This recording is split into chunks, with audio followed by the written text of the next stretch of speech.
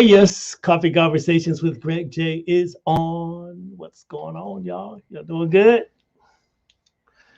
Thursday, you know, doing okay? Lots to think about every day, isn't it?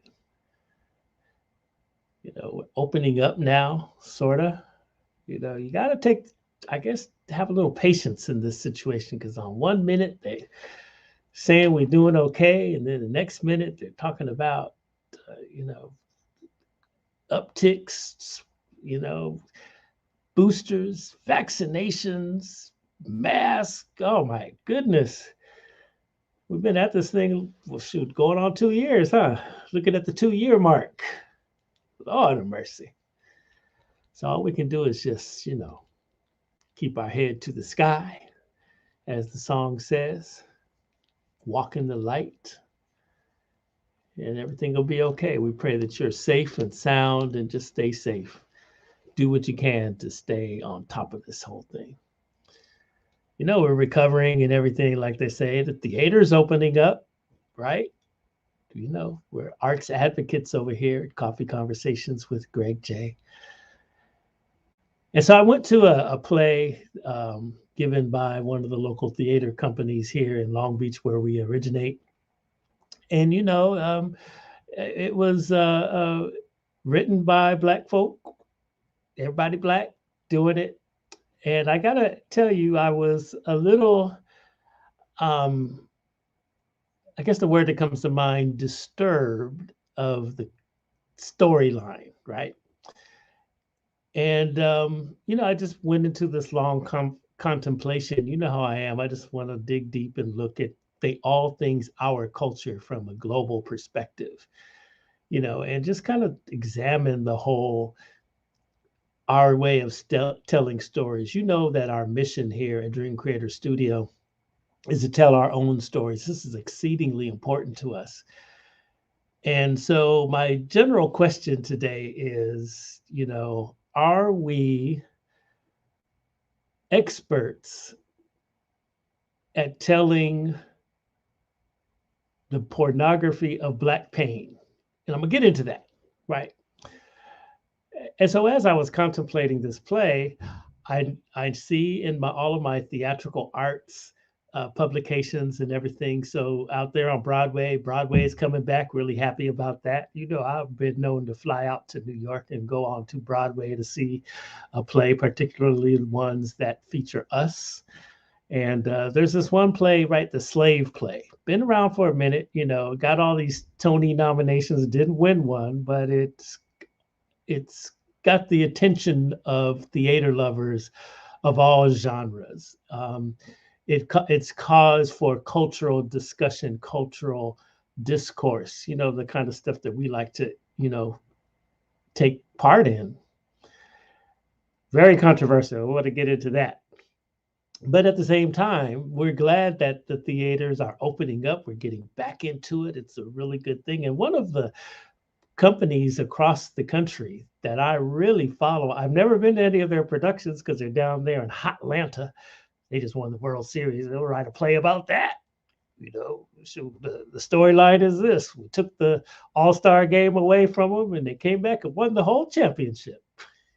Something else. So I reached out to the executive director of the Atlanta Black Theater Festival. Been following my sister for a minute, just looking at her online and everything and watching what they're doing. And, I'm on the board of the Arts Council for Long Beach. So, this is right in my bailiwick here. So I'm watching my sister and her organization. And I can only just say, dang, they're doing some really good things down there in Atlanta. And so she's here today. Lucky me, right? Ladies and gentlemen, Toni X. Greg J, what's up? All right, what's up? How are you today? I'm wonderful. So I know you're gonna ask. Yeah, so we'll get to it. Okay, let's get so Toni X, Toni Simmons Henson, but you are Toni X. Is that theatrical, or are you the Nation of Islam, or what's happening? A little bit of everything. Yeah, it is. I am in my new role, we had just come off the heels.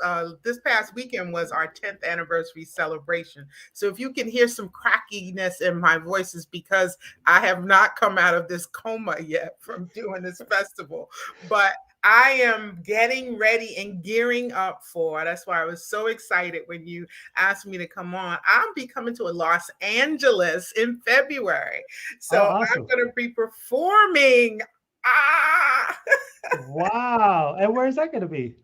At the Whitefire Solo Theater Festival. I just got accepted, so I am so excited.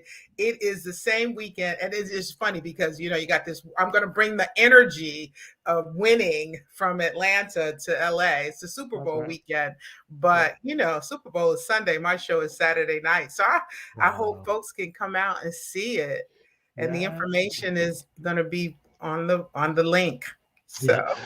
Well, kind of sidebar. Now that I'm thinking about it, how's it feel to win the championship? You feeling pretty good? I'm not a baseball nut, and my grandmother, who was, would kill me to say this. But I'm glad whenever Atlanta wins, we all win. Atlanta is just a magical city. I am not a native of Atlanta, but I have embraced it as my home for 15 years. Uh, And whenever we win, I feel like, Black folks win. We got a mayor named Keisha. that's right. That's right. So I am proud to call myself a transplant Atlantean, Atlen, as they say, and Mhm, and mhm. happy that we can bring any attention to this, the mecca of everything. And it was before it was Black arts and entertainment. Now it's the sport. It's going to become the sports mecca. So Mhm, mhm, I'm mhm, not mhm. mad. Yeah, I got a lot of friends down there that got up out of here and moved on over to Atlanta and enjoying it. I mean, there's not a week that goes by that my folks say, "Yo, you need to move down to Atlanta." No, we're full. No, no, no, Yeah. no, no, no, no, no. We're full. Traffic is like LA now. We're Uh, full. Thank you. wow. Wow. Well, Tony, I wanted to of course, I want to talk about the Atlanta Black Theater Festival and all the cool stuff that you're doing, and we're going to get to that. But I just really want to engage you in discussion about Black theater. First of all, you know how you cut. I mean, it sounds like you're coming out winning as we're now able to come together and go to the theater. How does Black theater across the country faring in this recovery period? That's a heavy question. Because we struggle so much, each and every theater company that I know about is struggling. So Mhm.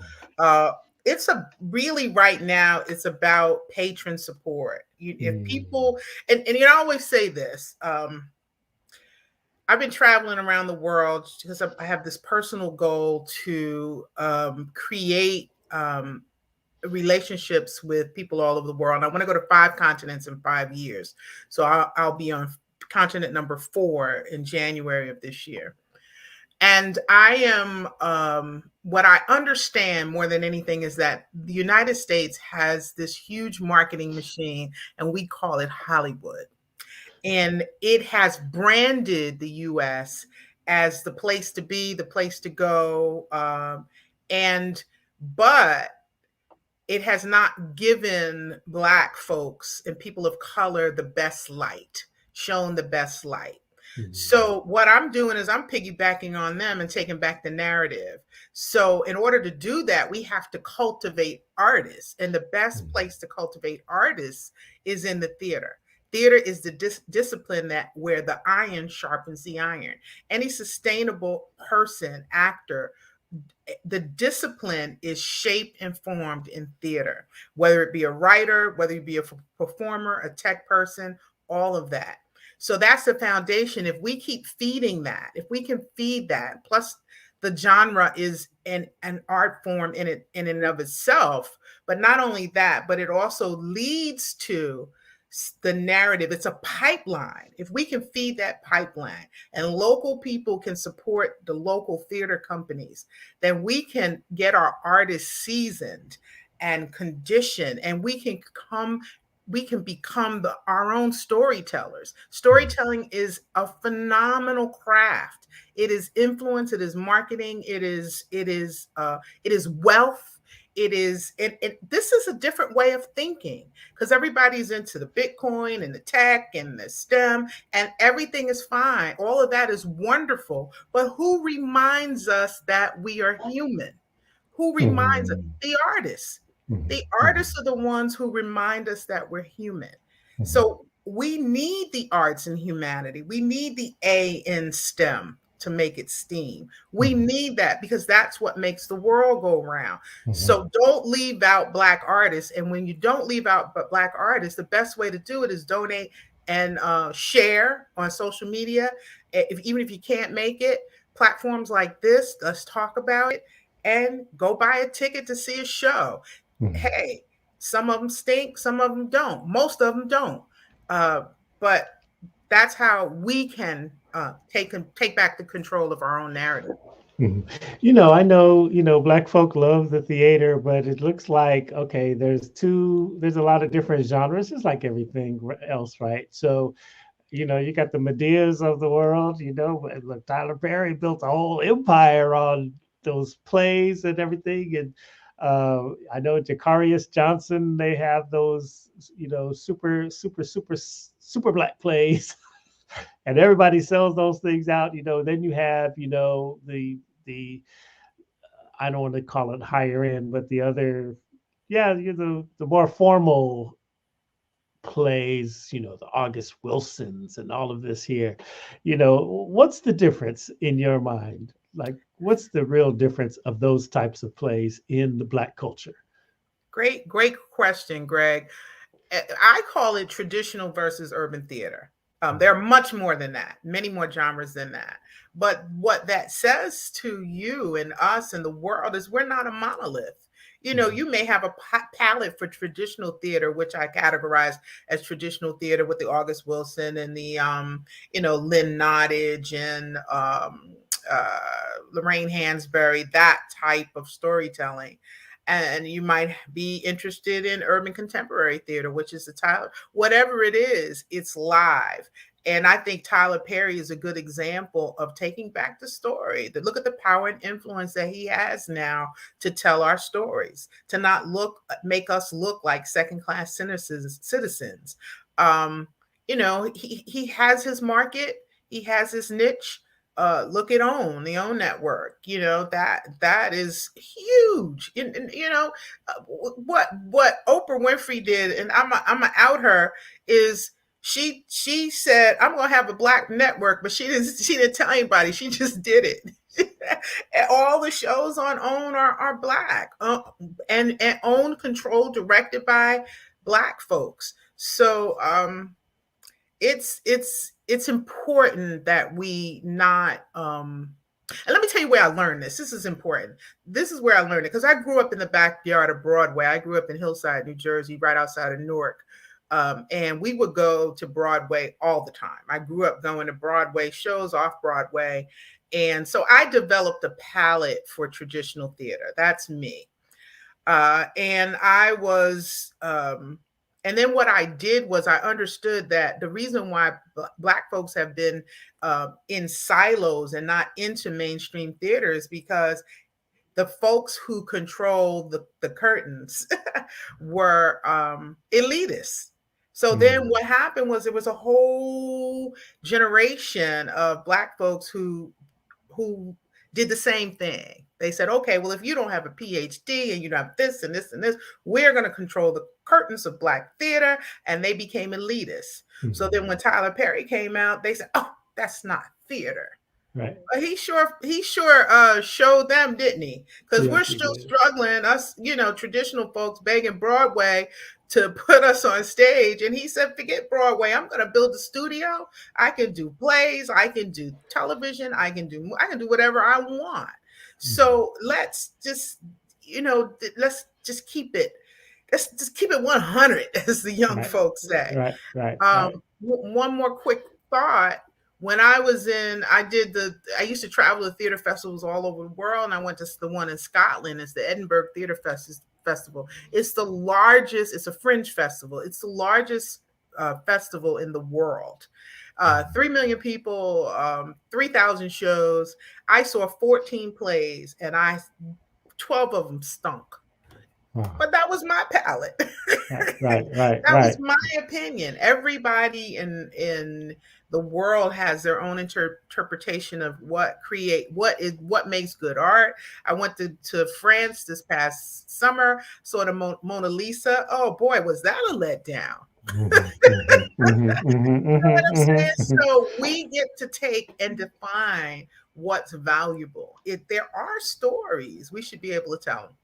mhm, mhm. Really, really interesting. I'm thinking, I'm listening to what you're talking about, and I'm thinking that I have a term. Our studio is located in the East Village Arts District of Long Beach, California, and we have our art walk and some other, local community, things that are supposed to promote the arts here in the beautiful city of Long Beach. And there's just that happens, there's the elitist, as you say, and then there's folks that just want to, they're doing, I don't know if it's just street art, right? And so I call it artist apartheid. That's what happens.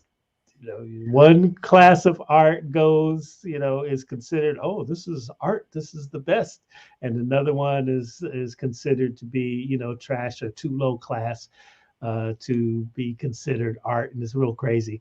But let me ask you, okay, so now as we tell our own stories, let me just go ahead and say it. I went to see the Sheldon Epps um, Blues in the Night, written by Sheldon Epps, black man, directed by Ren Brown, black man. We had invited him to come on today, but we hadn't heard back, yet. Um, as I sat in this play for me, and I'm just gonna give everybody. So if y'all over at ICT are listening, don't get mad at me. This is just a critique and analysis. And if you know Greg J, I am an arts advocate, and I'm just listening to how we tell our stories. Been doing this all of my professional life. So Blues in the Night. First of all, the music purist in me listens to the soundtrack. Music was great. Singing was great. Dancing was great. The band was tight. It was off the chain musically. However, musical genre, that wasn't really the blues. It was more big band, jump music, and even a couple of bebop. That's the music purist in me, and that's probably a whole other show to discuss, right? But what disturbed me was it told the story of the hypersexualized black woman whose black man has let her down so much where she's driven to anesthetize herself with alcohol, and she's just mad and mad because her man he's no good. The black man is no good. Didn't want to get a job. He's just shiftless, lazy. All of those stereotypes. So to me, the production was rife with sociological stereotypes of the black experience in America. Our friends over at the Black Lives Matter movement calls this the pornography of black pain. But I was surprised when I looked it up. I said, okay, well, this was written by black folk. Do we specialize in telling the story of the pornography of black pain? And if so, Toni X, why? Wow, that's a deep question. I'm going to continue on with the second half of the reason why I talked about the Scotland, Mhm. um, my Scotland experience at the Edinburgh Fringe Festival and Theatre Festival. What I realized leaving there is that,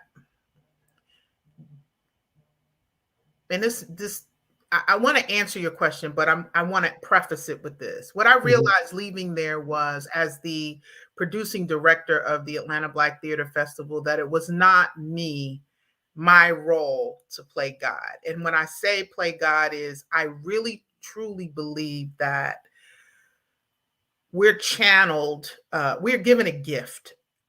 Art is a gift from God, and we're just a vessel to we're just a vessel to bring that gift to the people. That's all we are. So if God has given that person that gift, who am I to judge what that gift is and what it looks like, or have that person manifests it and brings it to the people? Mhm. that is my that is my that went to the center of the core of my beliefs, because what I had to do was I have to judge other works. And Mhm. everybody doesn't like what I like, and I don't like what Mhm. everybody else likes. Mhm. So I took that off my shoulders, because as a festival director, you have to figure out when, submission times, when those submissions come across the desk, you got to figure out what's going to make it. And I decided that um I wasn't going to take that authority. Mhm. So yeah, Mhm. we must tell our stories, and Mhm. I don't get to tell you how to tell yours, and you don't get to tell me how to tell mine. All right. So let me ask you this question. I agree with that. I agree with that 100%, right? Okay. But at the same time, in the general market, in the main, a lot of the audience are going to be affluent white folks. Isn't telling such a tragic story reinforcing stereotypes among in such a time as this? Why are we just reinforcing a stereotype of the lazy black man, or you know thus and so? Greg, you and I are from the same cloth. I know that because I feel the same way you do. However, my experience in Scotland made me rein that back. Yes, I agree with you. I agree wholeheartedly with you. As a mother of two sons, I have a husband, a father, and a brother in my life. Yes, they need their image needs to be protected. Mhm. But at the end of the day, again, it's really about us taking back our narrative. If we Yeah. want to take back the narrative of one woman's experience with a lazy man, then by all means, that person should have the right to tell that story. But that's not the only story. There are lots of stories that need to be told about the Black experience. Uh, Um, yeah, do we need to retell that one over and over and over again? Because that's the one that has been pushed by the mainstream. Yeah, I agree with you. Maybe not. Maybe when you get an opportunity to get a platform, you should promote positive images so we can balance out the damage that has done over the history. Yeah, you have a certain responsibility to do that. Absolutely. That's why plays are so important, and because that's ground zero for storytelling. mhm. And people take that responsibility, just like we need to take responsibility for violence on television and violence in movie theaters. Each artist needs to take responsibility for what they send out to the world. I agree. I agree. Mhm. Mhm. Mhm. Yeah, because I was hot. I was like, this is Yeah, good crap. I can understand that as Yeah. a black man. I don't understand what it mean about like to be a black man, but the beat down is real. It is Yeah. real. I agree Yeah. with you. Yeah, Mhm. yeah. All right. So have you been following this controversy over the play, slave play out there on Broadway? You know what? I haven't. Quite honestly, I am so. And I'm gonna tell you why. I'm boycotting. I'm boycotting. Okay. And I'm not boycotting Broadway. I'll probably, if I can make some room in my schedule, go up and see a couple of the plays that are on. But because as a theater producer, okay, we've been doing this for 10 years. I've been producing the Atlanta Black Theater Festival for 10 years. I've been producing theater for 14 years. Mhm. Uh, we don't make it when they say we make it. I like that. We make it when we on our terms, when we Uh, say we make it. mhm, mhm. So, bringing us to Broadway is taking away from the theater audiences or the folks in the trenches trying to do the work every single day, producing Broadway quality theater, like, at our festival this past week. So Mhm. everybody's running to Broadway. So we're supposed to jump up and down and say, hey, hey, hey, this is so wonderful. No, white man's ice is not colder. I'm sorry. I tested it. Yeah, that's You right. know, you want to see Ah, Broadway quality theater, go yeah. to a local theater company that's been grinding and putting in the work every Mhm. single, and for almost nothing. Every single artist I know that is quality, high quality, has a second job. They Right. do art for free. Me included. They have a second job. We can't make a living at it um because we can't get the audiences in. Let's get the Mhm. audiences in. Let's sell out. Let's pay $80, 90, 200, $400 I paid to see Denzel on Broadway. Let's pay that to our local artists. Let's pay, that's the you put a ticket up more than $50, everybody's hollering. Yeah. So, so that's my spiel on it. It's a little it might be a more controversial than the slave play, but Well, it's interesting. So the slave play has really got the imagination of people who go to Broadway, white, black, and otherwise, and it centers around um, so it's what it is are slaves who are involved in sexual relationships with their masters. And it's kind of what I can't remember the term that they were using, antebellum sex therapy or something like that. And written by a young black man, that I think he came out of Yale, and it's supposed to be, I guess, forcing us to have these conversations about racial relationships and all of that. And a lot of people in the New York area decided to protest or really speak out against it because we're kind of tired of seeing slave movies. Why it all the thing I always hear is, why is it always got to be a slave movie? I think we lost her, but I hope she come back. And then it's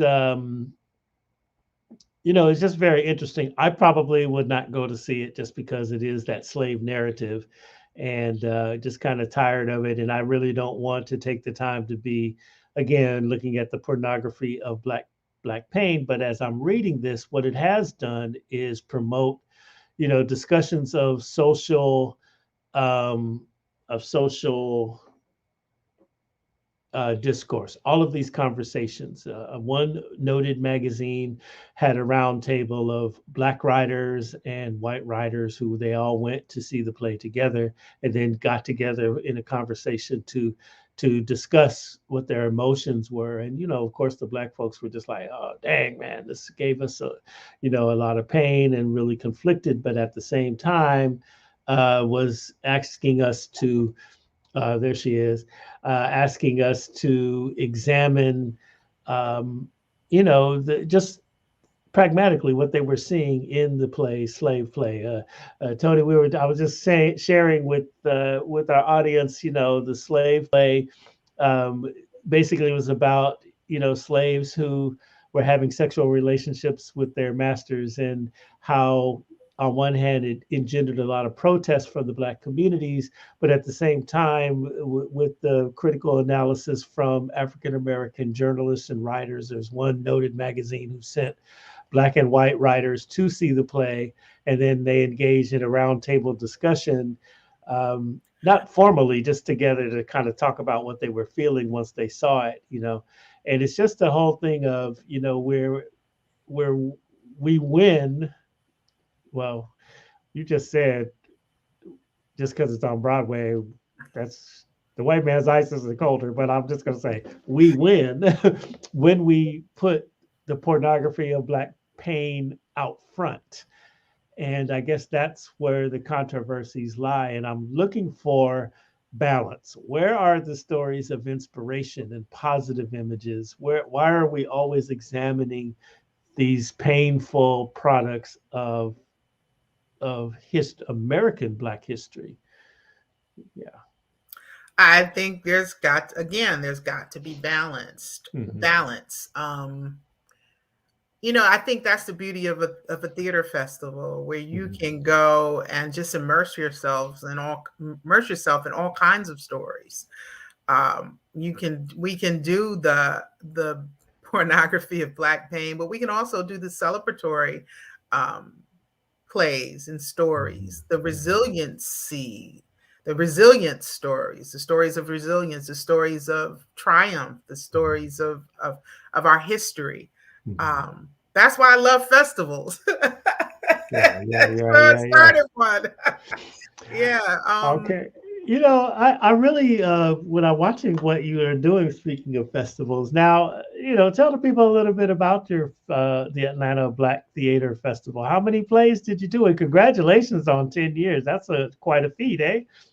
It was an uphill climb. We feel I feel like we're at the top of Mount Everest now.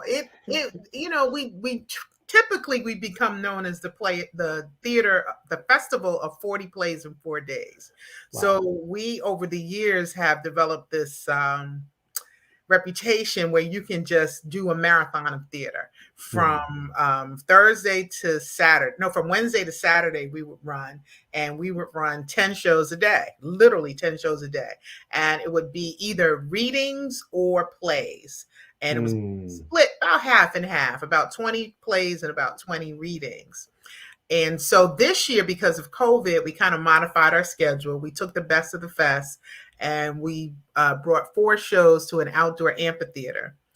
And Hotlanta decided it wanted to be cold this year, and we froze our butts off, but we got through it, and we had a fantastic time. So everybody on my team, we have a meeting this evening, and we're kind of thinking about how we can still continue to do what we do as efficiently as we can, trying to predict through a crystal ball what's going to be COVID is going to look like in next year, this time next year, and just really kind of look at where we can better be of service to our playwrights and our community. So, but the Atlanta Black Theater Festival is here to stay. I want to say that it is here to stay. It is an institution. And we are just trying to figure out what the next decade is going to look like. But all the information, I would love to get some more LA folks involved. Actually, one of our board members is on the commission is a commissioner for Arts and Council in San Diego, Gina Jackson. And so, I would love to get some. I believe there's some great writers in California. You guys, we have a lot. We had Chester Gregory, who was California-based, LA-based artist, Broadway star, but also based in California. We've had Takia Crystal Kima produce and direct a play at the festival. So, but I would love to see more people from California come and participate, because we've got folks from all over the world. Well, we'll have to chat about that a little later for sure. I'm your man. Absolutely. Yeah. It's interesting here at the Coffee Conversations, actually the Dream Creator Studio, where we originate this and operate all of our our platforms of culture, music, arts, and culture. Central to everything that we do is building a bridge of music, arts, and culture with Africa and African Americans. And I was really pleased in preparing for today's conversation to find out you all are going to Ghana on next month. Tell us a little bit about that. And I want to tell you, I need to give you some information about your trip so that maybe you can even link up with some folks over there. But yes, tell us a little bit about your trip to Ghana. Well, Greg, you do your homework. I love it. Well, we are taking a delegation as part 2 of our celebration of 10 years of telling our stories. We are taking a delegation of art and art enthusiasts to Ghana, Accra, Ghana, next month, December the 3rd through the 11th. And there are 36 of us.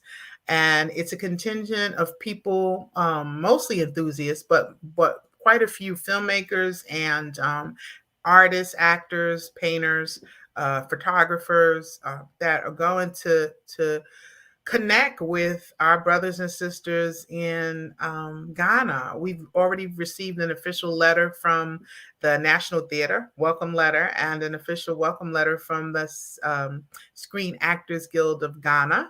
So we're excited about that. We've been, some media has reached out to us to talk.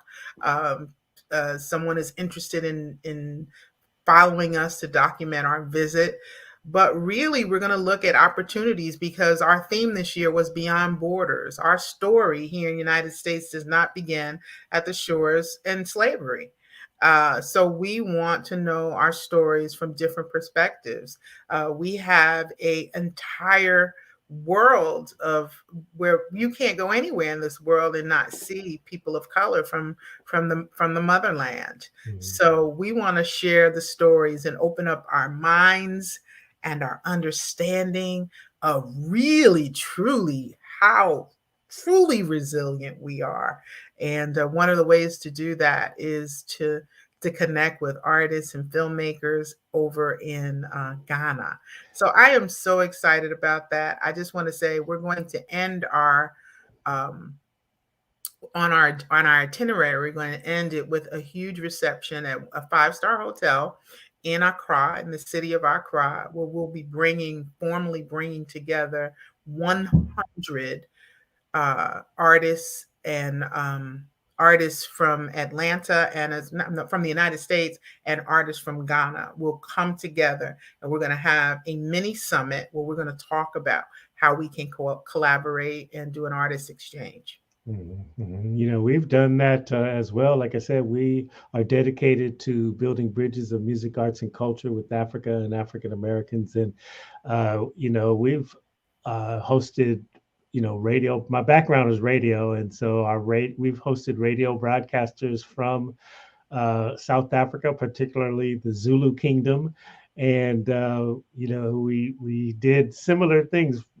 We did this piece in, here in Hollywood. We took the broadcasters to a recording studio. Actually, the recording studio where they recorded "We Are the World." Remember that song back in the Yeah. day? With all yeah, yeah. So we took them in there, and we talked about our different types of music. And I'll tell you a quick story. So there's this young guy in the South African delegation, and we're talking about music, and we brought some artists that I know to come in and sing for them and play music for them and talk about their accomplishments in the recording industry and thus and so. There's this quiet young guy in there, and so our friends, start saying, "Oh, you must tell them about your music," talking to the young guy, and he's, "Oh, no, no, I don't want to do, I don't want to do." Finally we talk him into it. We call up these YouTubes.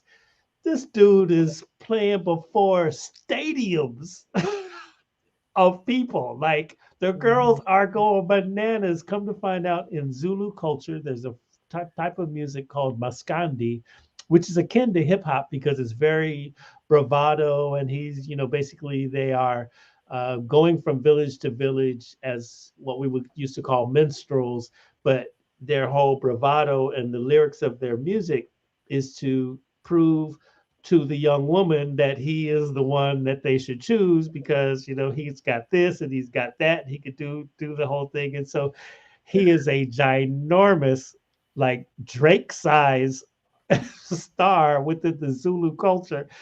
It was just really, really amazing what the things that you learn when you have those types of exchanges. Mhm.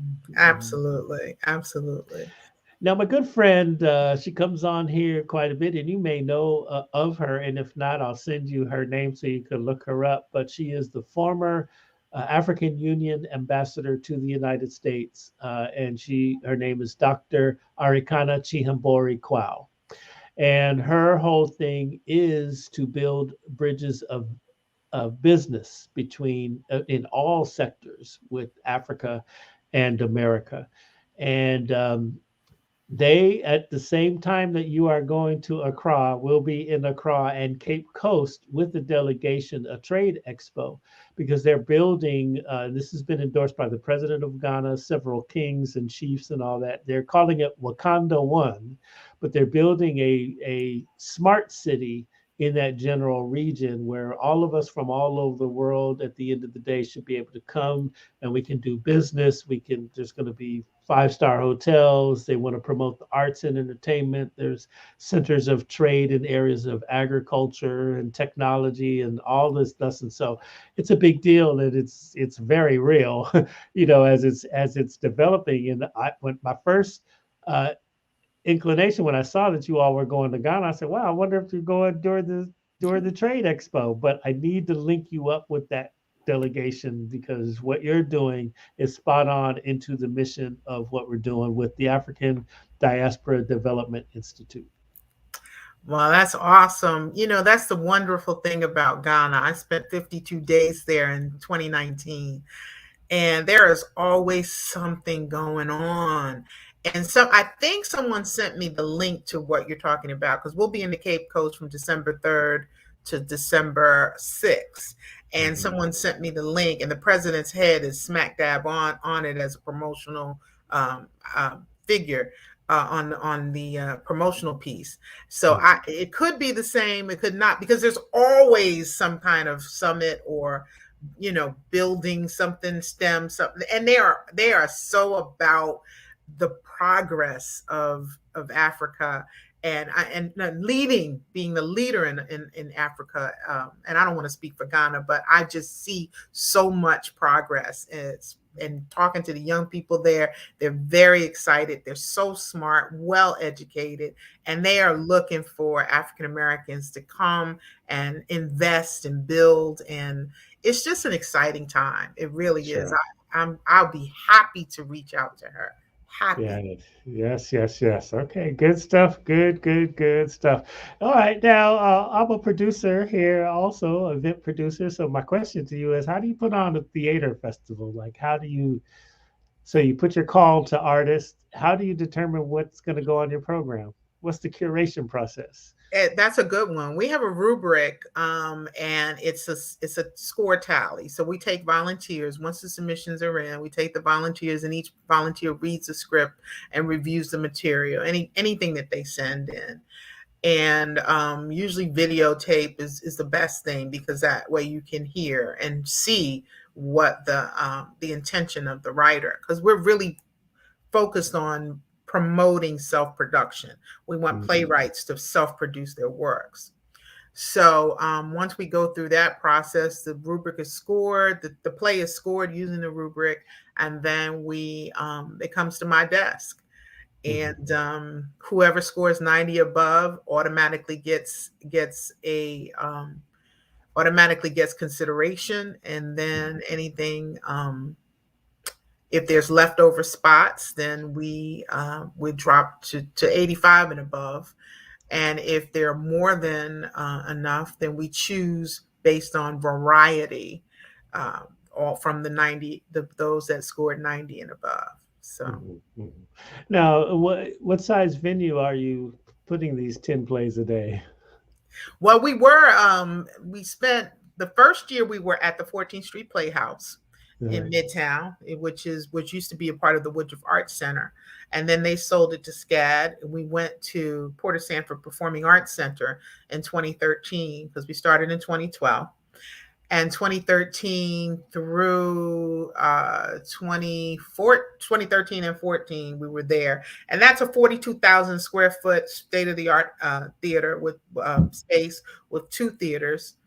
And then we moved to the Ray Charles Performing Arts Center in 2015, and that was a debacle. It just didn't work for us. It just ah, didn't work, and for so many reasons, yeah. logistically it didn't work. We were happy to be there that year, and then we went back to the Porter Sanford, and then we were there up until 2 years ago when COVID hit.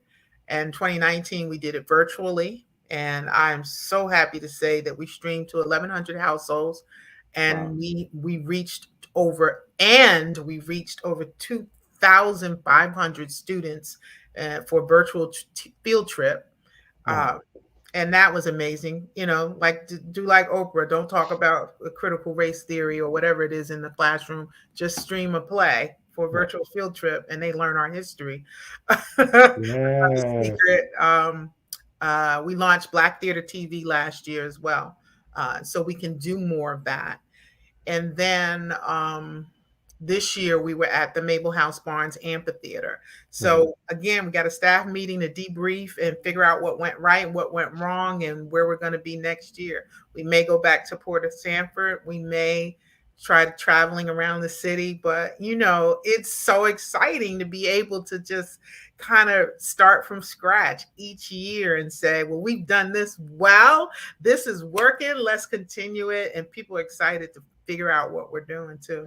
Now, where can I see Black Theater TV? Black Theater TV, it's Black Theater dot TV forward Uh-huh. slash YouTube. It right On now. YouTube. Subscribe Okay. on our YouTube channel. Da, da, da. Uh-huh. But the link right here, just go to the link. Everything is on that link. If you Yeah, go I'm to gonna link, put it in the chat right yeah. now. Okay. If you What go is to the it? link, mhm. What is it? Black TV, Black Theater dot TV. Blacktheater.tv, yep, forward slash YouTube. But again, if you go to the Linktree link, that is everything. You can follow everything with that link. The Atlanta Black Theater Festival, we produce a podcast called Black Family Table Talk. You can come see my show if you're in LA. It's just a great time to talk about my show. All right.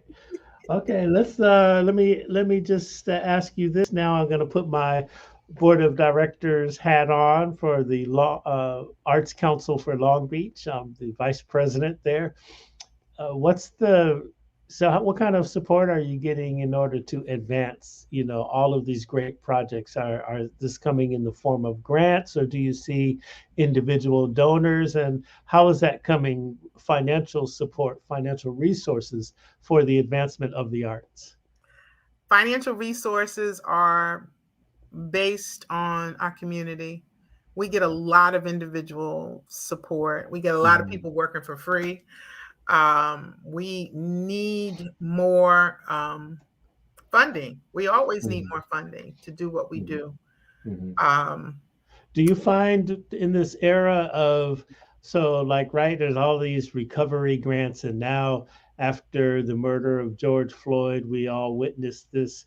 All of these big organizations are flooding, the marketplace with these grants for everything from arts to, just social outreach and everything. They just trying to finance everything black. Are you seeing good and strong foundational support for the arts? I am seeing, and there is a flood of funding coming in. The problem is, if you have not typically received funding, then the people, the philanthropic world does not recognize you. Hmm. So it's the same organizations that get the funding over and over Hmm. again. So even though the money is there, it's not trickling down to the folks who like individual artists, like, because we Hmm. promote, we help Black playwrights self-produce. We teach them the business side of producing theater. So they're a one-man show 9 times out of 10 with a lot of volunteers. Those are the people that needs to trickle down to. Does So Atlanta have an arts council? with the Georgia Council of the Arts is the Arts Council. We have not received one nickel from them, not one red nickel, not one red cent from the Georgia Council of the Arts. Never, never, ever have we So you received have a money. state one, but and then is there a local one, the city? Well, the we because we are in DeKalb County does not have a funding for the arts program. So Oh. they do not have one, and so therefore we never receive funding, which is the reason why we're thinking about moving around, because Fulton County supports a lot of artists, the city of Atlanta supports a lot of artists, and we're thinking we probably need to go where the money is, because we've been diligent in DeKalb County and not really getting the support that we need from DeKalb, other than the wonderful, wonderful, wonderful patrons and the people that come from all over the world. More than half of our patrons come from outside of the Georgia Outside. area. Mm-hmm. So you can come to Atlanta. You can go to Zimbabwe and they've heard of the Atlanta Black Theater Festival. You can go to Ghana. They've heard of the Atlanta Black Theater Festival. You come to Georgia, you might hear somebody heard of it. Seriously, Oh, wow. that's just, Wow. it's like Jesus who couldn't find a place to live at his home. Right? So Wow. yeah, so It- unfortunately it's been like that for us. So Mhm. it's a struggle, but Yeah. platforms like this give me an opportunity to keep talking about the arts, keep Mhm. talking about the festival and the benefit that it has for everyone. I know that here, just to contrast here in Long Beach, like I mentioned, I'm the vice president of the Arts Council for Long Beach, and we are very, very, first of all, the city is very committed to the arts. We're always advocating for more, but certainly the arts are an essential service in the city of Long Beach. And so we're grateful to the city for, as a matter of fact, the city is probably the number one benefactor towards the Arts Council for Long Beach. Then there's the state, they have the California Arts Council. And then if you look around in the immediate area, there's the Cultural Affairs Department of the city of Los Angeles, so you could see there that they're very, engaged in the promotion of the arts. But I got it, and even here in Long Beach, we do the art walk, right, in the East Village Arts District. And it's good. But, we went to Vegas, Las Vegas, to a conference a month or two ago, and we decided that we would, we attended the conference, but then we decided, I would take a couple of days off and just kind of hang out in Las Vegas, drive around, and look at the homes and all this whole thing. So we look at the newspaper, we say, oh, Las Vegas has an art walk, let's go to the art walk, Arts Council of Las Vegas, the Arts District of Las Vegas. So we go to this art walk. There's 5,000 people at this thing. It's huge, ginormous, a really, really a great example of what we would hope support for the arts would be. And, that's why I'm just kind of curious and see in your region, what is that, what does that look like? I would say to our audience, if you're looking live or as you get it on demand, just know that as we go through this period of recovery, arts is an essential service to our well-being as citizens, and this is a global, if we're going to have a strong community, arts has got to be a part of it. It's important. You heard Toni X talk about you got to put the A in that STEM program. Yes, STEM, but put the A in there, because arts is essential to our advancement, and support the arts. And if you're down there in Georgia, I know when I get off of here, I'm gonna send this over to some of my friends down there, and ask them to support the Atlanta Black Theater Festival, because this is important work that Sister Toni is doing, and important work that we all should do in supporting the arts wherever you are. Would you agree with that, Toni X? I would wholeheartedly agree. Georgia shamedly ranks 52. I'm sorry, 58. I'm 48. 48 in terms of ranking in support of the arts. The city of Houston gives more money to its arts than the entire state of Georgia. So we've Wow. got a lot of work to do. A lot of Mhm. work to do. Okay. Politically speaking, y'all, how y'all feeling as they try to, you fight the big fight down there with the voting laws and everything? Wow. It's a lot. It's a lot, right? Yeah, but fortunately, I'm optimistic. I Mhm. really believe that the more divisive we become, the more the folks, not the more divisive we become, because I don't believe that divisiveness is here. I believe it is here, but it's not here to the extent that the media wants to dramatize it. But I believe people are determined to vote. Rain, sleet, hail, snow. People are going to vote, especially when you disenfranchise them. All right, we got a little less than 5 minutes left here. Let me ask you a couple questions there, Toni. Favorite play of all time? Oh gosh, that's hard. Oh,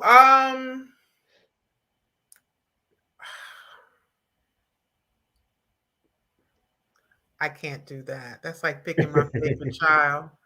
Honestly, I'll take all of them. I could do my one of my favorite writers is Okay. Dr. Carlton and Barbara Millette. They've done a slew of plays, written a slew of plays that that absolutely speak to me. Mhm, mhm. All right. If you were to go to Broadway right now, what would you go see? Probably the slave play. You're gonna Since go you see talked it? about it, yeah, I probably can't do it. that. Probably the slave play. Yeah, We went to see Hamilton about a week or so ago here in LA. It was great.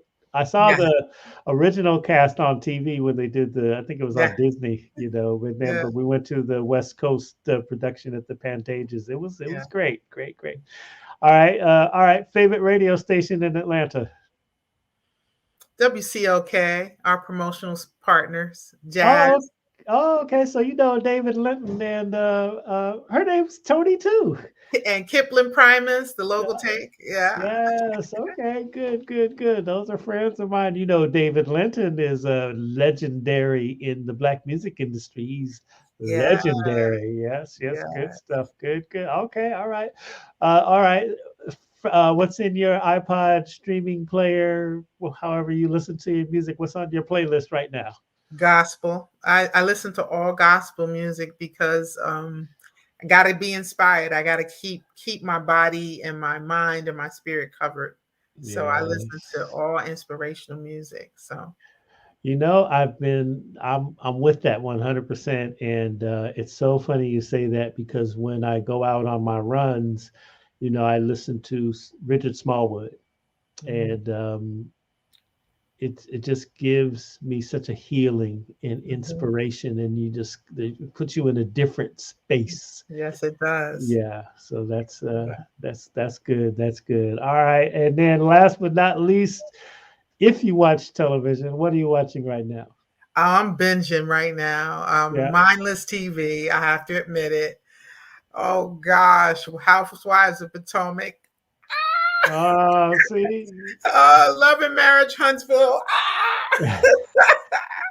I gotta admit it, but I'm gonna do the Kaepernick you're gonna story. do the Kaepernick? Okay, Yeah, all right, all I'm right. gonna do that this weekend. My husband and I have a date to watch that this weekend. We get some pizza and a glass of wine and chill on that one. And chill on that one, right? Right. I think we were saying the same thing. As a matter of fact, we just finished binging House of Lies with Don Cheadle, Oh, okay. Oh, and wow. that's on Showtime, and we just binged the whole. I know it came out a few years back, right? But it's really, really good. And so, if you get a chance to check that one out too, but it's so funny that you watch those housewives type movies because so I'm on this business forum. You know how we're having the Zoom meetings now, and the people from Nielsen ratings are there to say, well, the number one show among African Americans is Love and Hip Hop, and I'm just like, you know what?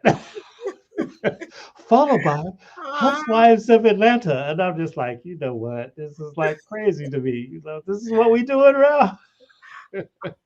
yeah, that's what I'm binging on now. I have to admit it. Shameful.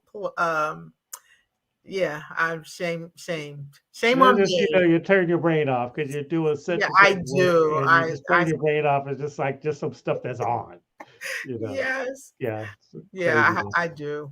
I have to Uh, admit it. But I love Queen Sugar. I think yeah, that's an amazing yeah. show. I Uh-huh, uh-huh. absolutely love it. I got to catch up on that one. Okay. Yes, that is probably, in my opinion, one of the best shows to hit television Uh-huh, this yeah. decade.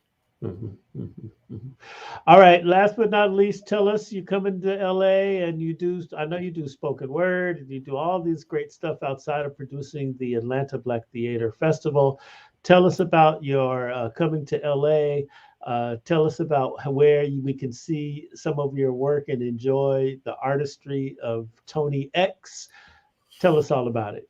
Well, when your head was turned, I showed the book. This is a book that I wrote in 2020 and Mm, got it published. It's a short book. It's just 20 pages. And it was just me expressing my life and people found it funny and they found it impactful and provocative, and all these Yeah. words started coming at me. So it was like, oh wow, it's time for me to do a show. I've been telling everybody else to tell this story. So I will be debuting my performance and adaptation of the book Let It Go, Queen's Gotta Bleep 2. And that's why I'm wearing the crown on February 12th at the White House Theater. But you can get the information from the link here. All right, let me see. Give it to me again. Link. I'm gonna put it in. What is that? Link dot tree. Are you Yeah, able to put it in the chat for on your end? sure. Linktree. Yeah. And Linktree is a familiar chat. Yes, it is. I just want to So put you it in got it. our It's just a little awkward. yeah. linktr.ee forward slash tr.ee. M6M. And that's my Micah 68 Media M6M. So I put it in the private chat area.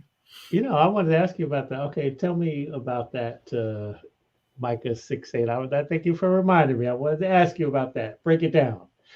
Micah 68 Media is my daughter's name, Micah, and Micah 68 is a scripture that I live by, and it's love, mercy, act justly, and walk humbly with God.